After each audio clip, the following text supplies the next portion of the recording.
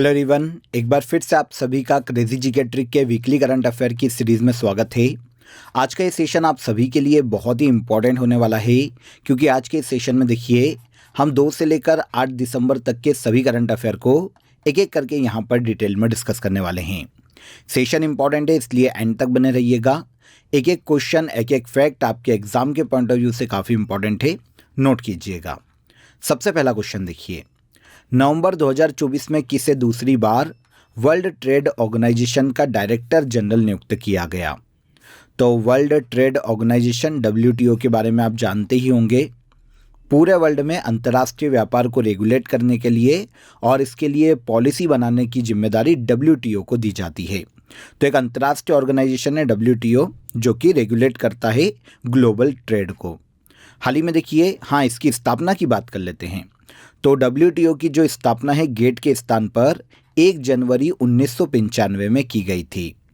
Important fact है, याद रखना। अब देखिए, इसका जो हेडक्वार्टर है वो स्विट्जरलैंड के जिनेवा में स्थित है। हाल ही में WTO की डायरेक्टर जनरल एक बार फिर से नकोंजी ओकोंजो इवेला को नियुक्त किया गया है। आंसर सी करेक्ट हो जाएगा।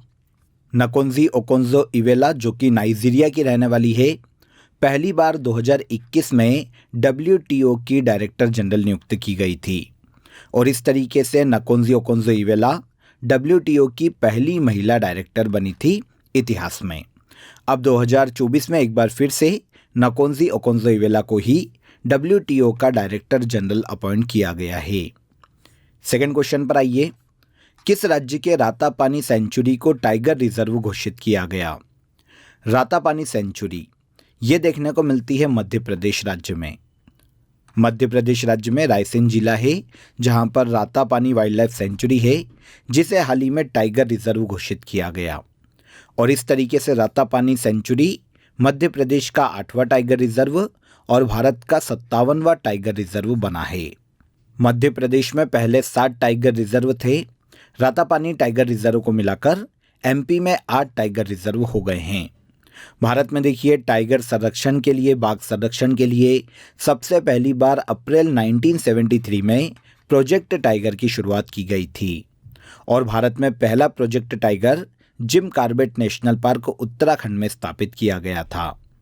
और इसके अलावा 56वां टाइगर रिजर्व बना गुरु घासीदास तमोर पिंगला टाइगर रिजर्व, जो कि छत्तीसगढ़ राज्य में स्थित है। और अब 57वां टाइगर रिजर्व बना रातापानी सेंचुरी, जो कि मध्य प्रदेश राज्य में स्थित है। क्लियर? आगे आ जाइए। ऑक्सफोर्ड डिक्शनरी द्वारा किस वर्ड को 2024 के लिए वर्ड ऑफ द ईयर घोषित किया गया? तो ऑक्सफोर्ड डिक्शनरी ने वर्ड ऑफ द ईयर 2024 के लिए घोषित किया है ब्रेन रोट वर्ड को। आंसर ए करेक्ट हो जाएगा। देखिए, ब्रेन रोट होता क्या है, इसे समझिए, किसके लिए यूज़ किया जाता है। आप सोशल मीडिया चलाते होंगे, तो सोशल मीडिया पे घंटों आप स्क्रॉल करते रहते हैं, रील्स को, शॉर्ट्स को। तो बिना सोचे समझे ये जो स्क्रॉल करने की आदत है सोशल मीडिया पर, इसे ब्रेन रॉट का नाम दिया गया है। मतलब किसी व्यक्ति की मानसिक या बौद्धिक स्थिति में कथित गिरावट होना, ये भी ब्रेन रॉट वर्ड को इंडिकेट करता है। तो ब्रेन रॉट वर्ड 2024 के लिए वर्ड ऑफ द ईयर घोषित किया है ऑक्सफोर्ड डिक्शनरी ने। ऑक्सफोर्ड डिक्शनरी की शुरुआत 1857 में की गई थी, लेकिन इसका जो फर्स्ट सेक्शन प्रकाशित हुआ था वो 1884 में हुआ था। ऑक्सफोर्ड यूनिवर्सिटी की ऑक्सफोर्ड डिक्शनरी ने वर्ड ऑफ द ईयर 2024 के लिए घोषित किया ब्रेन रॉट वर्ड को। नेक्स्ट, महाराष्ट्र के मुख्यमंत्री कौन नियुक्त किए गए? तो आपको पता होना चाहिए कि अभी महाराष्ट्र और झारखंड में असेंबली इलेक्शन हुए थे। महाराष्ट्र में हाल ही में असेंबली इलेक्शन में वहाँ पर महायुति, जो कि BJP और उनका गठबंधन है, उनकी जीत हुई है और महाराष्ट्र के CM BJP के देवेंद्र फडणवीस बने हैं हाल ही में। Answer C. देखिए, महाराष्ट्र में जो इलेक्शन हुए उसमें 288 सीट में से BJP ने 132 सीट्स अपने नाम की। शिवसेना, जो कि एकनाथ शिंदे की है, 57 सीटों पर विनर रही और NCP अजित पवार ने 47 सीट अपने नाम की है। ये BJP का गठबंधन है, जिसे महायुति के नाम से जाना जाता है।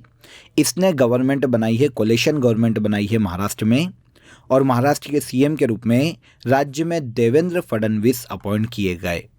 और इसके अलावा अगर हम डिप्टी सीएम की बात करें, उप मुख्यमंत्री की बात करें, तो महाराष्ट्र में 2 उप मुख्यमंत्री अपॉइंट किए गए, अजित पवार और एकनाथ शिंदे। और सीएम कौन बने, तो ये हो जाएंगे देवेंद्र फडणवीस। देवेंद्र फडणवीस को सीएम पद की शपथ महाराष्ट्र के गवर्नर सीपी राधाकृष्णन के द्वारा दिलवाई गई। तो सीपी राधाकृष्णन महाराष्ट्र राज्य के वर्तमान में गवर्नर के पद पर हैं और सीएम तीसरी बार बने देवेंद्र फडणवीस। नेटुम्बो नंदी नंदेतवा किस देश की पहली महिला प्रेसिडेंट निर्वाचित की गई? नेटुम्बो नंदी नंदेतवा की बात करें तो यह हाल ही में पहली महिला प्रेसिडेंट इलेक्ट हुई है नामीबिया देश की। नामीबिया जो कि एक दक्षिण पश्चिम अफ्रीकी देश है फ्रेंड्स, इसकी कैपिटल विंडहॉक है। हाल ही में नामीबिया में प्रेसिडेंट के इलेक्शन हुए थे जिसमें नेटुम्बो नंदी नंदेतवा पहली महिला राष्ट्रपति इलेक्ट हुई है नामीबिया में। निम्नलिखित में से कौन सा दिन हर साल 5 दिसंबर को मनाया जाता है? तो 5 दिसंबर हर साल मनाया जाता है वर्ल्ड सॉइल डे के रूप में। विश्व मृदा दिवस हर साल 5 दिसंबर को मनाया जाता है। पूरे वर्ल्ड में मृदा संरक्षण के प्रति लोगों को अवेयर करना, कृषि उत्पादन को बढ़ावा देना और पूरे वर्ल्ड में मृदा का जो क्षरण होता है उसे रोकने के लिए पॉलिसीज लागू करना और इसके प्रति जो भी पॉलिसी है उसके लिए लोगों को अवेयर करना वर्ल्ड सॉइल डे का मुख्य उद्देश्य है। 2024 में caring for soil, measure, monitor and manage world soil day की थीम है। तो 2024 में थीम के बारे में आपको पता चल गया। Caring for soil, measure, monitor and manage. और वर्ल्ड सॉइल डे मनाया कब जाता है? तो ये मनाया जाता है 5 दिसंबर को। सबसे पहली बार 2013 में यूनाइटेड नेशन जनरल असेंबली ने इसकी घोषणा की थी और इसे मनाया जाना शुरू किया गया 2014 में। 5 दिसंबर को वर्ल्ड सॉइल डे। अब आ जाइए फ्रेंड्स, आप सभी को आज का ऑफर ऑफ द डे बता देता हूं। तो आप सभी के लिए देखिए, एसएससी के क्विक रिवीजन के लिए एसएससी का पूरा स्टडी मटेरियल काफ़ी नॉमिनल चार्जेस में यहाँ पर अवेलेबल है, जहाँ पर देखिए maths, reasoning, English, GS, GK इन सभी सब्जेक्ट का पूरा स्टडी मटेरियल विथ डिटेल आपको यहाँ पर अवेलेबल होगा। काफ़ी नॉमिनल चार्जेस है फ्रेंड्स। आपके लिए 24 आवर्स के लिए ये कोर्स ओपन है, जिसकी लिंक आपको नीचे डिस्क्रिप्शन में मिल जाएगी। वहाँ पर क्लिक करके आप डायरेक्ट इसे अवेल कर सकते हैं। इसके अलावा अगर आपको कोई भी हर्डल आता है, कोई भी आपकी क्वेरी है, तो नीचे दिए गए हेल्पलाइन नंबर पर आप कॉल कर लीजिए। वहाँ पर आपकी क्वेरी इजीली सॉल्व हो जाएगी। देखिए फ्रेंड्स, एसएससी की काफ़ी सारी एग्ज़ाम्स लाइनअप है, तो उन सभी एग्ज़ाम्स के लिए आप इस स्टडी मटेरियल को ज्वाइन कर सकते हैं। एसएससी के सभी सब्जेक्ट आपके ईजिली यहाँ पर कवर हो जाएंगे। सभी इंपॉर्टेंट एमसीक्यूज़ का एक बहुत ही अच्छा कंपाइलेशन आपको यहाँ पर देखने को मिलेगा, तो आप इसे इजीली ज्वाइन कर सकते हैं। आई होप आपको ऑफर ऑफ द डे अच्छा लगा होगा। नेक्स्ट क्वेश्चन पर आते हैं। हाल ही में भारतीय सांकेतिक भाषा के लिए किस डीटीएच चैनल का शुभारंभ किया गया? तो देखिए, इंडियन साइन लैंग्वेज समझते हैं क्या होता है। भारत में जितने भी सुनने में अक्षम लोग हैं, जितने भी बोलने में अक्षम लोग हैं, उन लोगों को एक साइन लैंग्वेज सिखाई जाती है ताकि वो अपने विचारों को और भावनाओं को व्यक्त कर सकें। हाथों के माध्यम से, है ना, एक्सप्रेशन के माध्यम से ये साइन लैंग्वेज नॉर्मली यूज़ की जाती है। तो इंडियन साइन लैंग्वेज के लिए मतलब जितने भी ऐसे लोग हैं जो कि बोल नहीं सकते, सुन नहीं सकते, उन सभी के लिए उन्हें साइन लैंग्वेज सिखाने के लिए एक डीटीएच चैनल को हाल ही में लॉन्च किया गया, जिसे नाम दिया गया है PM e Vidya DTH channel. केंद्रीय शिक्षा मंत्री धर्मेंद्र प्रधान ने डीटीएच चैनल पीएम ई विद्या को हाल ही में शुरू किया है। देखिए, भारत में जो एजुकेशन पॉलिसी आई थी ना 2020 में, उसका उद्देश्य था कि हर व्यक्ति तक शिक्षा की पहुंच सुनिश्चित की जा सके, हर व्यक्ति को शिक्षा दी जा सके। तो भारत में जो ऐसे लोग हैं जो बोल नहीं सकते, सुन नहीं सकते, उन्हें भी शिक्षा देने के लिए इंडियन साइन लैंग्वेज सिखाई जाना ज़रूरी है और इसी उद्देश्य से PM e Vidya DTH channel की शुरुआत की गई है। Answer D. World AIDS day 2024 की थीम क्या है? पहले तो हमें यहाँ पर यह पता होना चाहिए कि वर्ल्ड एड्स डे मनाया कब जाता है। तो पूरे वर्ल्ड में हर साल 1 दिसंबर को मनाया जाता है वर्ल्ड एड्स डे। 2024 में take the right path, my health my right world AIDS day की थीम है। अगर हम थोड़ा सा वर्ल्ड एड्स डे का इतिहास देख लें तो पूरे वर्ल्ड में 1988 के बाद से 1 दिसंबर को हर साल मनाया जाता है world AIDS day. HIV AIDS के बारे में पूरे वर्ल्ड में जागरूकता फैलाना, पूरे वर्ल्ड को अवेयर करना। देखिए, आपको पता होना चाहिए कि एड्स जो है ना, वायरस से फैलने वाला रोग है। एक्वायर्ड इम्यूनो डेफिशिएंसी सिंड्रोम के नाम से एड्स को जाना जाता है। पूरे वर्ल्ड में इसको लेकर काफ़ी भ्रांतियां हैं, काफ़ी गलत जानकारियां हैं, जैसे ये छूने से फैलता है। तो इस तरीके की जो भ्रांतियां हैं, जो गलत जानकारियां हैं, उनके प्रति लोगों को अवेयर करना कि भाई HIV जो है वो छूने से नहीं फैलता, बल्कि संक्रमित व्यक्ति के संपर्क में अगर ब्लड से या अदर तरीके से संपर्क में आते हैं तब ये फैलता है। तो इस तरीके की अवेयर लोगों को दी जाए, इसीलिए वर्ल्ड एड्स डे मनाया जाता है 1 दिसंबर को। थीम की बात की गई है तो 2024 में take the right path, my health my right world AIDS day की थीम है। क्लियर? इसके बाद आगे आएंगे, अगला इंपॉर्टेंट क्वेश्चन देखेंगे। सैन्य अभ्यास सिनबेक्स 2024 का पहला एडिशन किन 2 देशों के मध्य आयोजित किया गया? तो देखिए, इंपॉर्टेंट इसलिए है क्योंकि ये पहला ही एडिशन है सिनबेक्स सैन्य अभ्यास का, मिलिट्री एक्सरसाइज का, जिसका आयोजन भारत और कंबोडिया के मध्य में महाराष्ट्र के पुणे में किया गया है। सिनबेक्स 2024 फर्स्ट एडिशन भारत और कंबोडिया के मध्य में आयोजित किया गया। दोनों देशों के मध्य में रक्षा संबंधों को बढ़ावा देना, शांति स्थापित करना और एक दूसरे को सहयोग प्रदान करना मिलिट्री एक्सरसाइज सिनबेक्स को आयोजित किए जाने का मुख्य उद्देश्य है। 2024 में पहला एडिशन भारत और कंबोडिया के मध्य में कहाँ पर? तो यह आयोजित किया गया महाराष्ट्र के पुणे में। मध्य प्रदेश के किस स्थान पर महाबोधि महोत्सव 2024 का आयोजन किया गया? तो मध्य प्रदेश में एक बौद्ध धर्म का बहुत ही फेमस स्थल है, पर्यटन स्थल है, जो कि यूनेस्को वर्ल्ड हेरिटेज साइट भी है। यह है सांची के स्तूप। मध्य प्रदेश के रायसेन जिले में सांची के स्तूप है, जिन्हें 1989 में यूनेस्को वर्ल्ड हेरिटेज में शामिल किया गया था। हाल ही में यहाँ पर देखिए महाबोधि महोत्सव का आयोजन किया गया। बौद्ध धर्म के अनुयायियों का ये एक महत्वपूर्ण पर्व या सम्मेलन है। भगवान बुद्ध के जीवन और उनके उपदेशों को पूरी दुनिया तक पहुंचाना, प्रचार प्रसार करना महाबोधि महोत्सव को आयोजित किए जाने का मुख्य उद्देश्य है। 2024 में आयोजन कहाँ किया गया? मध्य प्रदेश के सांची में। इसके बाद अगले क्वेश्चन पर आइए। दिसंबर 2024 में निम्नलिखित में से किस राज्य में हॉर्नबिल उत्सव 2024 शुरू हुआ? तो आर्ट एंड कल्चर से क्वेश्चन काफ़ी पूछा जाता है, नोट कीजिएगा। हॉर्नबिल महोत्सव या उत्सव की बात करें तो ये आयोजित किया जाता है नागालैंड राज्य में। इस साल 1 से लेकर 10 दिसंबर तक हॉर्नबिल उत्सव का आयोजन नागालैंड राज्य में किया जा रहा है और इस साल ये इस महोत्सव का 25वां एडिशन है। नागालैंड राज्य की स्थापना के साथ वर्ष 2000 में हॉर्नबिल उत्सव की शुरुआत की गई थी।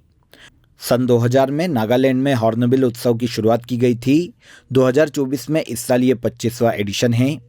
इसे देखिए, हॉर्नबिल उत्सव को नागालैंड में त्योहारों का त्यौहार भी कहा जाता है। नागालैंड की जितनी भी कम्युनिटीज़ है, जितनी भी जनजातियां हैं, वो सभी हॉर्नबिल उत्सव में पार्टिसिपेट करती है। एक टूरिज्म इवेंट के रूप में हॉर्नबिल उत्सव का आयोजन किया जाता है, जिसका उद्देश्य राज्य की जो कल्चरल हेरिटेज है उसे प्रमोट करना, संरक्षित करना और उसे प्रदर्शित करना है। हॉर्नबिल उत्सव नागालैंड राज्य में आयोजित किया जाता है।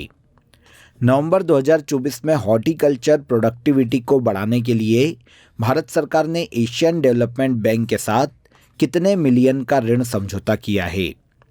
भारत में हॉर्टिकल्चर मतलब बागवानी को बढ़ाने के लिए, बागवानी प्रोडक्टिविटी को बढ़ाने के लिए भारत सरकार ने एशियन डेवलपमेंट बैंक के साथ समझौता किया है 98 मिलियन अमेरिकी डॉलर का। मतलब एशियन डेवलपमेंट बैंक भारत में हॉर्टिकल्चर प्रोडक्टिविटी को बढ़ावा देने के लिए 98 मिलियन $US इंडिया को प्रदान करेगी। उद्देश्य की बात करें तो किसानों को ऐसी पौधों की सामग्री, बीज, पौधे उपलब्ध करवाना जो कि रोगग्रस्त ना हो, अच्छी गुणवत्ता के हो, फसल की पैदावार बढ़ाई जा सके और जलवायु परिवर्तन का जो इफेक्ट आता है हॉर्टिकल्चर पर, उसके प्रभावों को भी कम करना।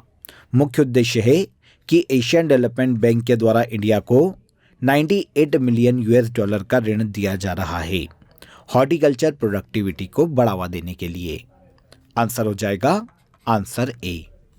हाल ही में किस राज्य की पारंपरिक साड़ी घर चोला को जीआई टैग दिया गया? देखिए, जीआई टैग के बारे में आपको पता होना चाहिए। ज्योग्राफिकल इंडिकेशन टैग ही जीआई टैग के नाम से जाना जाता है। ऐसे किसी भी प्रोडक्ट को दिया जा सकता है जिसकी किसी स्थान विशेष के कारण एक इम्पोर्टेंस हो, मतलब उसमें कुछ ऐसा गुण हो जो कि किसी पर्टिकुलर स्थान पे मिलने के कारण ही उस वस्तु या प्रोडक्ट में है। तो ऐसे किसी भी प्रोडक्ट को उसकी स्पेशल पहचान के लिए जीआई टैग दिया जा सकता है। हाल ही में देखिए, एक साड़ी है घर चोला, जिसे जीआई टैग दिया गया। ये गुजरात राज्य में शादियों में पहनी जाने वाली साड़ी है। गुजरात में शादी के दौरान ओकेशनली गुजरात में एक साड़ी पहनी जाती है पारंपरिक, इसे घर चोला नाम दिया जाता है, जिसे हाल ही में जीआई टैग दिया गया। वैसे अभी तक गुजरात के 27 प्रोडक्ट को जीआई टैग दिया जा चुका है, जिसमें से 23 प्रोडक्ट हैंडीक्राफ्ट प्रोडक्ट है। उन्हीं में से एक है साड़ी घर चोला, जो कि पारंपरिक साड़ी है कहाँ की? गुजरात राज्य की, जिसे हाल ही में जीआई टैग प्रदान किया गया। सबसे पहली बार भारत में 2004 में जीआई टैग दिया गया था, पहली बार दार्जिलिंग की चाय को। जीआई टैग अगर किसी वस्तु को दे दिया जाता है तो वो 10 साल के लिए मान्य होता है। 10 साल के बाद फिर से रजिस्ट्रेशन की ज़रूरत पड़ती है। 10 साल के बाद फिर से रजिस्ट्रेशन की ज़रूरत पड़ती है, पर एक बार में 10 साल के लिए मान्य होता है जीआई टैग। आगे, 16वें यूनाइटेड नेशन मरुस्थलीकरण सम्मेलन का आयोजन किस देश में किया गया? तो देखिए, UNCCD COP16 क्या है समझिए। United Nation conference on desertification इसे कहा जाता है। United Nation conference on desertification COP16 मरुस्थलीकरण को रोकना, मरुस्थलीकरण को कम करना और जो उपजाऊ भूमि है उसे बंजर भूमि में परिवर्तित करने से रोकने के उद्देश्य से ये सम्मेलन आयोजित किया जाता है। इस बार ये 16वां United Nation conference on desertification है, जो कि आयोजित किया गया है सऊदी अरब में। आंसर हो जाएगा आंसर डी। इस सम्मेलन में 197 कंट्रीज़ ने पार्टिसिपेट किया है और सम्मेलन के दौरान अलग अलग मुद्दे जो कि भूमि पुनरुद्धार से संबंधित है, सूखे से निपटने से संबंधित है और इसके अलावा मरुस्थलीकरण को खत्म करने से संबंधित है, इन सभी मुद्दों पर यहाँ पर चर्चा की गई। तो UNCCD COP16 आयोजन कहाँ किया जा रहा है? तो इस बार 16वां संस्करण है जिसका आयोजन किया जा रहा है 2 से लेकर 13 दिसंबर 2024 तक सऊदी अरब के रियाद में। आगे चलते हैं। केंद्र सरकार ने किस राज्य में रामप्पा क्षेत्र सतत पर्यटन सर्किट और Somashila wellness and spiritual retreat Nallamala को विकसित करने के लिए 141 करोड़ रुपए के ऋण को मंजूरी दी है? तो ये दोनों ही प्लेस की अगर हम बात करते हैं तो ये देखने को मिलते हैं भारत के तेलंगाना राज्य में। देखिए, रामप्पा क्षेत्र सतत पर्यटन सर्किट की बात करें तो ये रुद्रेश्वर मंदिर है जो कि समर्पित है भगवान शिव को तेलंगाना राज्य में। इसका निर्माण कभी काकतीय राजा गणपति देव के द्वारा किया गया था। 2021 में इस प्लेस को यूनेस्को वर्ल्ड हेरिटेज में शामिल किया जा चुका है और ये भारत का 39वां यूनेस्को वर्ल्ड हेरिटेज बना था। और इसके अलावा Somashila wellness and spiritual retreat Nallamala की बात करें तो ये भी एक पर्यटन स्थल है जो कि हमें देखने को मिलता है तेलंगाना राज्य में। इन दोनों को ही डेवलप करने के लिए, विकसित करने के लिए केंद्र सरकार ने 141 करोड़ रुपए 141 करोड़ रुपीस के ऋण को हाल ही में मंजूरी प्रदान की। कहाँ पर है दोनों ही प्लेस? तेलंगाना राज्य में। द्विपक्षीय सैन्य अभ्यास हरिमऊ शक्ति 2024 में भारत के साथ कौन सा देश शामिल है? तो हरिमऊ शक्ति जो कि एक मिलिट्री एक्सरसाइज है, इसका आयोजन भारत और मलेशिया की मिलिट्री के मध्य में किया जाता है। दोनों देशों के मध्य में 2024 में 2 दिसंबर से लेकर 15 दिसंबर 2024 तक मलेशिया के कुआलालंपुरम में हरिमऊ शक्ति के 4th एडिशन का आयोजन किया जा रहा है। आयोजन मलेशिया में किया जा रहा है। 4th एडिशन है हरिमऊ शक्ति मिलिट्री एक्सरसाइज का। आयोजन किया जाता है भारत और मलेशिया की मिलिट्री के मध्य में। दोनों देशों के मध्य में आपसी संबंधों को बढ़ावा देना, आपसी सहयोग स्थापित करने के उद्देश्य से मिलिट्री एक्सरसाइज हरिमऊ शक्ति आयोजित की जाती है। 2024 में मलेशिया और इंडिया की आर्मी के मध्य में मलेशिया के कुआलालंपुरम में इसका आयोजन किया जा रहा है। आगे, भारत का पहला वर्टिकल लिफ्ट सी ब्रिज किस राज्य में बनाया गया है? वर्टिकल लिफ्ट सी ब्रिज क्या होता है पहले ये समझिए। एक ऐसा ब्रिज जो कि ऊपर नीचे उठ सकता है। आपने मूवीज़ में देखा होगा जब कोई शिप गुजरता है तो जो ब्रिज है वो उसका बीच का हिस्सा ऊपर उठ जाता है, खुल जाता है, शिप निकल जाता है और वापस वो अपने उसी कैटेगरी में आ जाता है, उसी कंडीशन में आ जाता है जिससे ब्रिज के ऊपर से भी कोई गुजर सके। तो इस तरीके से ये भारत का पहला वर्टिकल लिफ्ट सी ब्रिज है जो कि भारत के तमिलनाडु राज्य में बनाया गया। तमिलनाडु में 2 प्लेस है, मंडपम और रामेश्वरम। इन दोनों प्लेसेस को जोड़ने का काम करेगा भारत का पहला वर्टिकल लिफ्ट सी ब्रिज। इसकी टोटल लंबाई 2.07 किलोमीटर है और इसकी टोटल लागत आई है 550 करोड़ रुपीस। पहला वर्टिकल लिफ्ट सी ब्रिज इंडिया का तमिलनाडु राज्य में। नेशनल टाइगर कंजर्वेशन अथॉरिटी ने किस राज्य के माधव नेशनल पार्क को टाइगर रिजर्व के रूप में नामित करने को मंजूरी प्रदान की? तो माधव नेशनल पार्क ये स्थित है मध्य प्रदेश राज्य में। मध्य प्रदेश में एक जिला है शिवपुरी, वहाँ पर माधव नेशनल पार्क देखने को मिलता है। नेशनल टाइगर कंजर्वेशन अथॉरिटी ने माधव नेशनल पार्क को टाइगर रिजर्व के रूप में नामित करने को हाल ही में मंजूरी प्रदान की। अभी मैंने आपको बताया था अभी तक भारत में 57 टाइगर रिजर्व है। लास्ट वाला जो टाइगर रिजर्व बना है रातापानी सेंचुरी, वो भी मध्य प्रदेश राज्य में ही स्थित है। और अब माधव नेशनल पार्क को टाइगर रिजर्व के रूप में नामित करने को मंजूरी प्रदान की नेशनल टाइगर कंजर्वेशन अथॉरिटी ने। नेशनल पार्क कहाँ पर है? मध्य प्रदेश राज्य में। इसके बाद हाल ही में यूनेस्को ने भारत के किस राज्य को भारत में हेरिटेज टूरिज्म के लिए शीर्ष डेस्टिनेशन घोषित किया है? तो ये राज्य हो जाएगा पश्चिम बंगाल राज्य। यूनेस्को ने वेस्ट बंगाल को हेरिटेज टूरिज्म के लिए एक प्रमुख गंतव्य घोषित किया है। पश्चिम बंगाल राज्य ने राज्य की जो धार्मिक धरोहर है, जो चाय पर्यटन है, उसमें प्रगति की है। इन प्लेसेस को उन्नत बनाने पर अपना ध्यान केंद्रित किया है। तो राज्य के प्रयासों से पर्यटन क्षेत्र में प्रगति कर रहा है वेस्ट बंगाल राज्य, जिस कारण यूनेस्को ने इसे हेरिटेज टूरिज्म के लिए शीर्ष डेस्टिनेशन घोषित किया है। देखिए पूरे भारत में वर्तमान में 43 यूनेस्को वर्ल्ड हेरिटेज है, जिसमें से 5 पश्चिम बंगाल राज्य में देखने को मिलते हैं। अगर इनकी बात करें तो सुंदरबन नेशनल पार्क 1987 में यूनेस्को वर्ल्ड हेरिटेज साइट घोषित किया गया था। विष्णुपुर मंदिर 1998 में, Darjeeling Himalayan railway 1999, Neora valley national park 2009 और शांति निकेतन 2023 में। ये सभी यूनेस्को वर्ल्ड हेरिटेज साइट हैं जो कि पश्चिम बंगाल राज्य में स्थित है। इसरो द्वारा यूरोपीय स्पेस एजेंसी के प्रोबा 3 मिशन को किस रॉकेट के माध्यम से लॉन्च किया गया?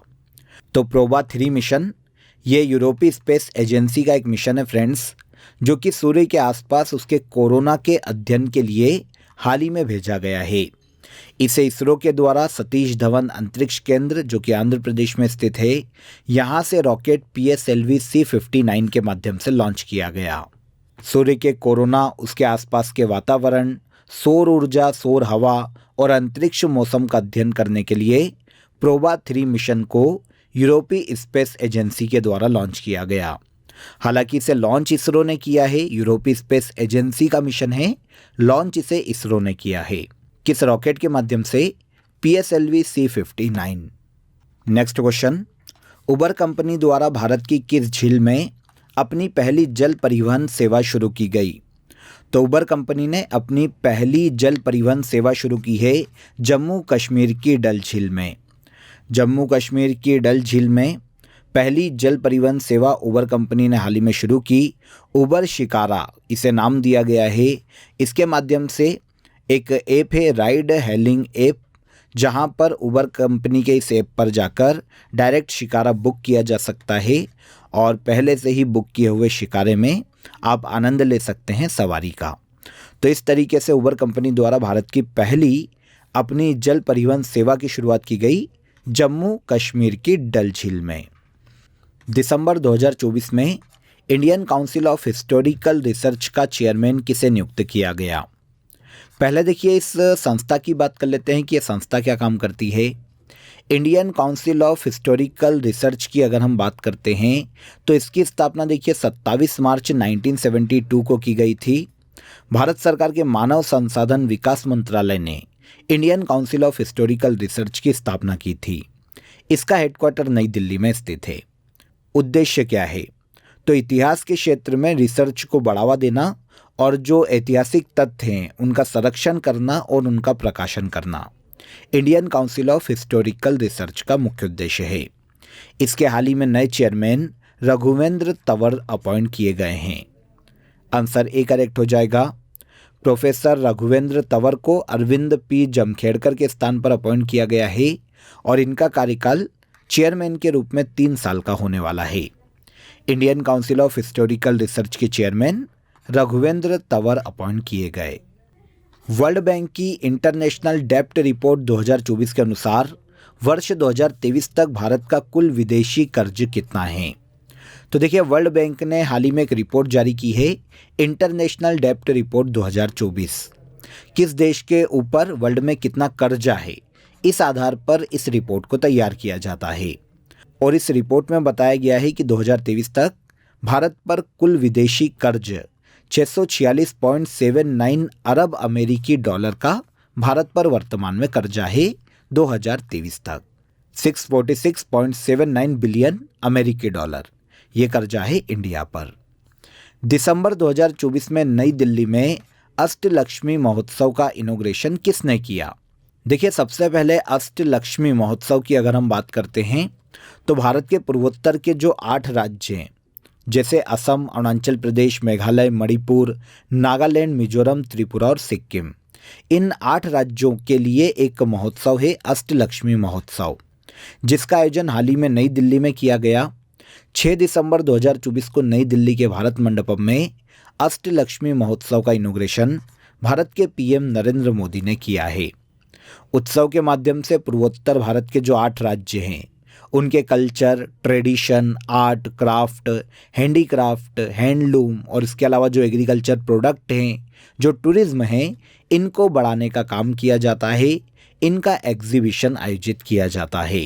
तो अष्टलक्ष्मी महोत्सव हाल ही में नई दिल्ली में आयोजित किया गया, जिसका इनॉग्रेशन भारत के पीएम नरेंद्र मोदी ने किया था।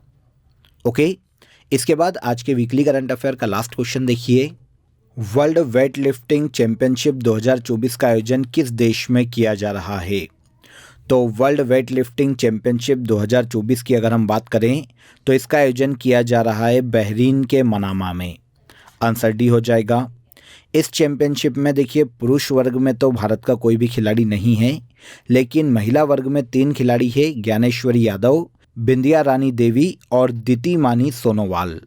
तो इन 3 महिला खिलाड़ियों के साथ भारत भाग ले रहा है वर्ल्ड वेट लिफ्टिंग चैंपियनशिप 2024 में। ज्ञानेश्वरी यादव की बात करें तो ये 49 किलोग्राम वेट कैटेगरी में भाग ले रही है और बिंदिया रानी देवी की बात करें तो ये 55 किलोग्राम वेट कैटेगरी में और दीप्तिमानी सोनेवाल की बात करें तो ये 64 किलोग्राम वेट कैटेगरी में वेट लिफ्टिंग में पार्टिसिपेट कर रही है वर्ल्ड वेट लिफ्टिंग चैंपियनशिप में। आयोजन किया जा रहा है बहरीन के मनामा में। पहली बार इसकी शुरुआत की गई थी 1891 में। International weight lifting federation world weight lifting championship का आयोजन करवाता है। 2024 में कहां पर आयोजित किया जा रहा है? बहरीन। क्लियर? तो यहां पर देखिए वीकली करंट अफेयर के इस वीडियो में हमने 2 से लेकर 8 दिसंबर तक के सभी करंट अफेयर को, जो कि इम्पॉर्टेंट है, बहुत ही डिटेल में डिस्कस किया है। आई होप एक एक क्वेश्चन आपको यहाँ पर समझ में आया होगा, ईजी लगा होगा, आपको रिवाइज हो गया होगा। सेशन पसंद आया हो तो वीडियो को लाइक और शेयर कर दीजिएगा। चैनल पर पहली बार आए हैं तो चैनल को सब्सक्राइब कर लीजिए।